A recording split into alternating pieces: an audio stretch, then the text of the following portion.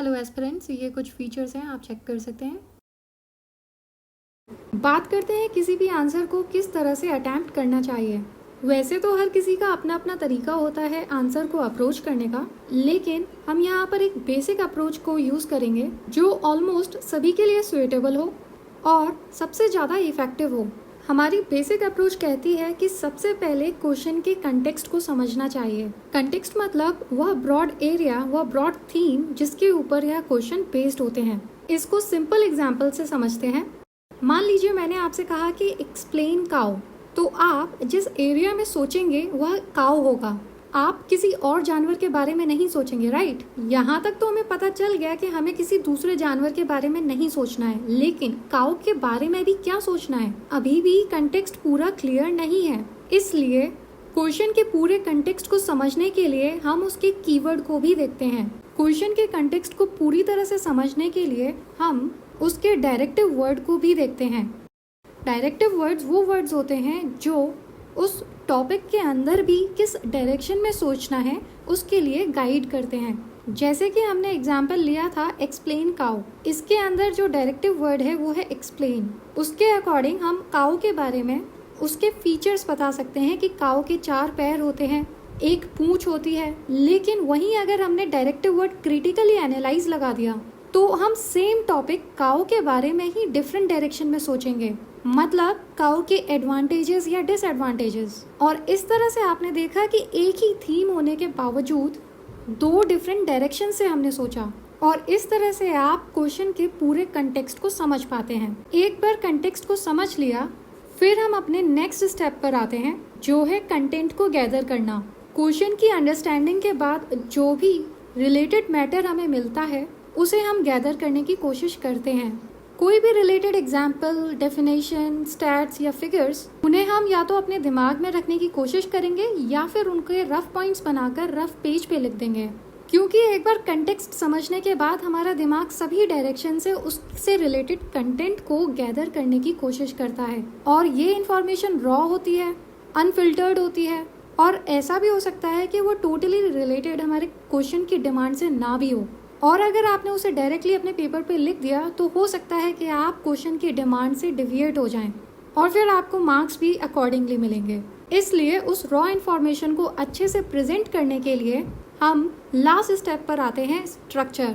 किसी भी आंसर के अंदर 3 बेसिक कंपोनेंट होते ही हैं। पहला इंट्रोडक्शन, दूसरा बॉडी और तीसरा कंक्लूजन। किसी भी क्वेश्चन के आंसर में इंट्रोडक्शन, बॉडी और कंक्लूजन किस तरह से लिखना है वह क्वेश्चन टू क्वेश्चन डिफर करता है।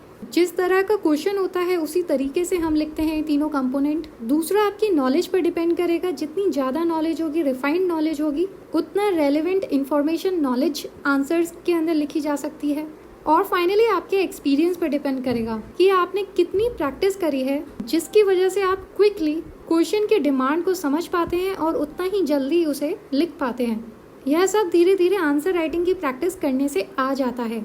और इस तरह से अगर आपको क्वेश्चन का कंटेक्स्ट समझ में आ गया, फिर आपको पता चल गया कि कंटेक्स्ट से रिलेटेड, मतलब क्वेश्चन की डिमांड से रिलेटेड क्या कंटेंट लिखा जा सकता है, आपने अप्रोच के दूसरे स्टेप के अकॉर्डिंग कंटेंट को गैदर भी कर लिया और फिर रियल पेपर पे आपने स्ट्रक्चर कर दिया, तो इस तरह से आपका आंसर कंप्लीट हो जाता है। परफेक्शन की तो कोई लिमिट नहीं है, लेकिन यह अप्रोच फॉलो करने के बाद आपको एक ऐसा आंसर मिलेगा जिसे एग्जामिनर चेक करेगा तो मजबूर हो जाएगा आपको अबव एवरेज मार्क्स देने के लिए। इसलिए हम आगे इसी अप्रोच का यूज करते हुए क्वेश्चंस को डील करेंगे। आज का GS 3 का क्वेश्चन देखते हैं। What is agricultural biotechnology? What are the risks and benefits associated with it? इसको 250 वर्ड्स के अंदर लिखना है। आप इसे GS 3 के syllabus e technology in the aid of farmers, awareness in the fields of IT, basically biotechnology के topic के अंदर क्लासिफाई कर सकते हैं। क्वेश्चन पूछ रहा है कि एग्रीकल्चरल बायोटेक्नोलॉजी होता क्या है और इससे क्या रिस्क हैं या बेनिफिट्स हैं। क्वेश्चन का कंटेक्स्ट काफ़ी सिंपल है, बिगनर इसे बहुत अच्छे से अटेम्प्ट कर सकते हैं। एग्रीकल्चरल बायोटेक्नोलॉजी के बारे में बताना है सबसे पहले, ब्रॉड थीम यही है, और फिर इससे क्या रिस्क हैं और बेनिफिट्स हैं। कंटेंट की बात करें तो सबसे पहले आपको एग्रीकल्चरल बायोटेक्नोलॉजी के बारे में पता होना चाहिए, जो कि आपको किसी भी वेबसाइट या फिर अगर आप न्यूज़पेपर को फॉलो कर रहे हैं तो नेचुरली आपको पता होगा, वरना आप इसे साइंस एंड टेक्नोलॉजी का स्टैटिक पार्ट समझकर कर सकते हैं। वरना आपको वर्ड से ही समझ में आ रहा होगा कि एग्रीकल्चरल बायोटेक्नोलॉजी मतलब एग्रीकल्चर के अंदर बायोटेक्नोलॉजी का यूज होना।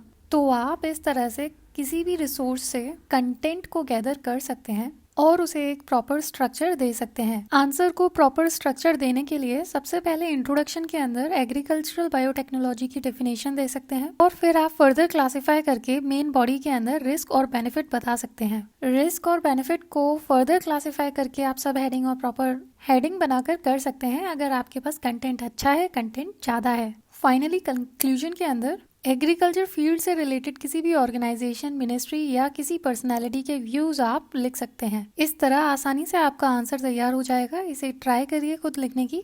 I hope all of you have written your answer by now. So let's look at the model answer of these questions. Such answers are also not the perfect answers, but they can set the benchmark that your answer must look like more or less the same. It basically means that standard of your answer should not be below than the model answer standard. I hope you are getting the point. Let's look at the answers.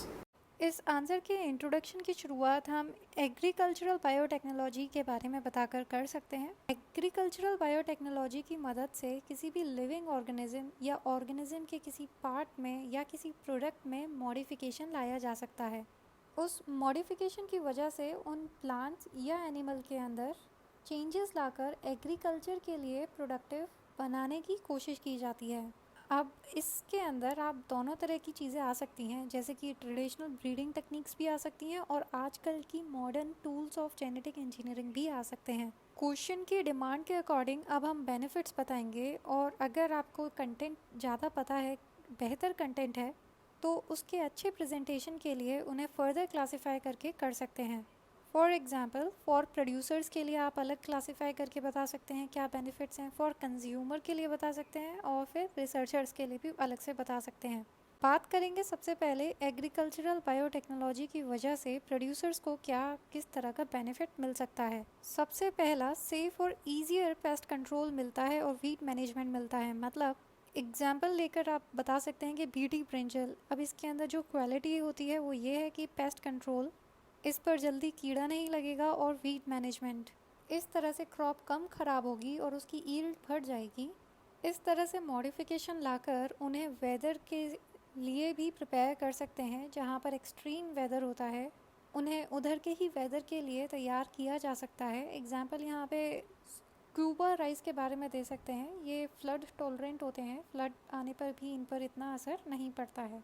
फिर agricultural biotechnology की मदद से इनके अंदर quality traits को भी बढ़ाया जा सकता है, जैसे गोल्डन राइस के अंदर विटामिन ए की क्वांटिटी को बढ़ा देना। इससे यह और हेल्दी हो जाएंगे और अल्टीमेटली ह्यूमन काइंड और फूड सिक्योरिटी को सपोर्ट मिलेगा। अब बात कर लेते हैं एग्रीकल्चरल बायोटेक्नोलॉजी की मदद से कंज्यूमर्स को क्या फ़ायदा होता है। सबसे पहला, मॉडिफिकेशन की मदद से उनकी लाइफ को बढ़ाया जा सकता है, जैसे कि फ्लावर सॉफ्ट टोमेटो। इसके अलावा न्यूट्रिशन को भी एनहेंस किया जाता है, मतलब और फूड फोर्टिफिकेशन होता है उनके अंदर, और विटामिन्स और इम्पॉर्टेंट न्यूट्रिएंट्स को बढ़ाया जा सकता है। Kind of repetitive point, but इसके अंदर आप डिफरेंस देख सकते हैं कि प्रोड्यूसर्स के लिए वह एक प्रॉफिटेबल मार्जिन देता है, वहीं कंज्यूमर के लिए हेल्थ पॉइंट ऑफ व्यू से बेनिफिशियल है। इसके अलावा जो फूड होते हैं उनके अंदर टॉक्सिकेंट्स भी पाए जाते हैं कभी, तो बढ़ाने के अलावा यहाँ पे कम भी करता है। किसी भी क्रॉप के अंदर अगर किसी तरह के टॉक्सिकेंट्स को देखा जाता है तो बायोटेक्नोलॉजी की मदद से उन्हें कम भी किया जा सकता है। एग्जाम्पल के तौर पे आप कुकिंग ऑयल का ले सकते हैं। उनके अंदर जो सैचुरेटेड फैट पाया जाता है, और आप आजकल देख सकते हैं कि लो सैचुरेटेड कुकिंग ऑयल्स का मार्केट में प्रोडक्ट्स देखे जा सकते हैं। आगे देखते हैं कि रिसर्चर्स को किस तरह का बेनिफिट मिलता है एग्रीकल्चरल बायोटेक्नोलॉजी से। सबसे फंडामेंटल चीज़ उन्हें जो मिलती है वो ये है कि किसी ऑर्गेनिज्म, किसी लिविंग ऑर्गेनिज्म की बायोलॉजी के बारे में उन्हें अंडरस्टैंडिंग मिलती है। उन्हें यह सब चीज़ें समझकर और पोटेंशियल एंटीबायोटिक्स को बनाने में मदद मिलती है। सिर्फ ह्यूमन ही नहीं, क्रॉप डिसीज़ के बारे में भी नई वैक्सीन्स बनाने में मदद मिलती है और वो प्रोड्यूस करते भी हैं। अब बात कर लेते हैं कि इन्वायरमेंट को किस तरह का असर पड़ता है इस चीज़ से। यहाँ पर हम बेनिफिट्स को ही देख रहे हैं। हम बता सकते हैं कि हर्बिसाइड टॉलरेंट क्रॉप्स हो जाते हैं, मतलब क्रॉप के ऊपर जो केमिकल डाला जाता है वीड्स को उगने से रोकने के लिए, तो उस पर्टिकुलर केमिकल का असर उस पर्टिकुलर वीड के ऊपर तो होता ही है, प्लस उस क्रॉप के ऊपर भी होता है। क्रॉप की यूजुअल प्रोड्यूस पर असर पड़ जाता है, या क्रॉप का किस मैच्योरिटी के साथ वो उग रही है उसके ऊपर असर पड़ता है। तो उससे हर्बिसाइड टॉलरेंट क्रॉप बनाने के लिए बायोटेक्नोलॉजी का भी यूज़ किया जा सकता है, जिससे कि जो क्रॉप के ऊपर केमिकल डाला जा रहा है उसका असर सिर्फ और सिर्फ वीड पर ही पड़े और हमारी क्रॉप के ऊपर ना पड़कर वह टॉलरेंट हो। फिर टिलेज सिस्टम से कंपैटिबल बनाया जाता है, मतलब क्रॉप को उगाने के लिए टिलिंग की जाती है। अगर हम वह बार बार करेंगे तो ऊपर की जो टॉप सॉइल होती है वो निकल जाती है और सॉइल थोड़ा इनफर्टाइल हो जाती है। तो इसकी वजह से इस तरह का मॉडिफिकेशन क्रॉप के अंदर किया जा सकता है जो कम टिलिंग में भी काम कर जाए, मतलब कम टिलिंग में भी अच्छे से उग जाए। नेक्स्ट बेनिफिट आप लिख सकते हैं फाइटो रेमिडिएशन। इसका मतलब होता है ऐसे ग्रीन प्लांट्स का यूज़ करना, उन्हें पर्टिकुलर जगह पे उगाना जो ग्रो होकर उधर की जो भी सॉइल के अंदर टॉक्सिक चीज़ें होते हैं उन्हें ट्रीट करते हैं और जो भी वेस्टेज होती है उसको कंट्रोल करते हैं। वेस्टेज किस चीज़ की? Water, soil, air. तो इस तरह से तो हमने देखा कि एग्रीकल्चरल बायोटेक्नोलॉजी के क्या बेनिफिट्स होते हैं। अब बात करेंगे कि इनसे जुड़े कौन कौन से रिस्क हैं, कौन कौन से कंसर्न्स हैं। सबसे पहला एंड वेरी इम्पॉर्टेंट, अभी तक इनके इफ़ेक्ट्स के बारे में होलिस्टिकली स्टडी नहीं किया गया है, मतलब इनकी वजह से ह्यूमन हेल्थ के ऊपर किस तरह का इफ़ेक्ट पड़ सकता है इसको कम्प्रहेंसिव तरीके से स्टडी नहीं किया गया है और इसी वजह से इन पर ब्लाइंडली बिलीव नहीं किया जा सकता और पब्लिक हेल्थ के साथ खिलवाड़ भी नहीं किया जा सकता। जैसे कि कोई भी नई डिसीज़ का इमरजेंस हो सकता है इनकी वजह से, या कोई नई तरह की एलर्जी फैल सकती है।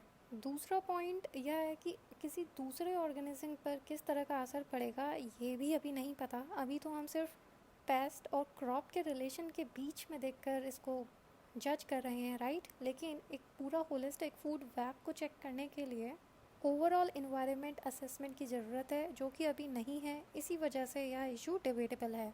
अब बात करते हैं कि ठीक है, वो पेस्ट से इतना फ़र्क नहीं पड़ता क्रॉप्स पर, लेकिन अदर तरह के एंटी माइक्रोबियल रेजिस्टेंस यहाँ पर देखे जाते हैं। इसका काफ़ी प्रोमिनेंट एग्जाम्पल है बीटी कॉटन। उसने पिंक बॉल वॉर्म का रेजिस्टेंस देखा जाता है, जिसकी वजह से काफ़ी क्वेश्चंस डेवलप हो जाते हैं एग्रीकल्चरल बायोटेक्नोलॉजी के इस यूसेज पर। अब बात करते हैं पेटेंट राइट्स की। इस तरह के इनोवेशन के अंदर मोनोपोली होने का ज़्यादा खतरा रहता है, किसी एक को ही पेटेंट राइट मिलने की होड़ रहती है, तो ये भी एक कंसर्न है।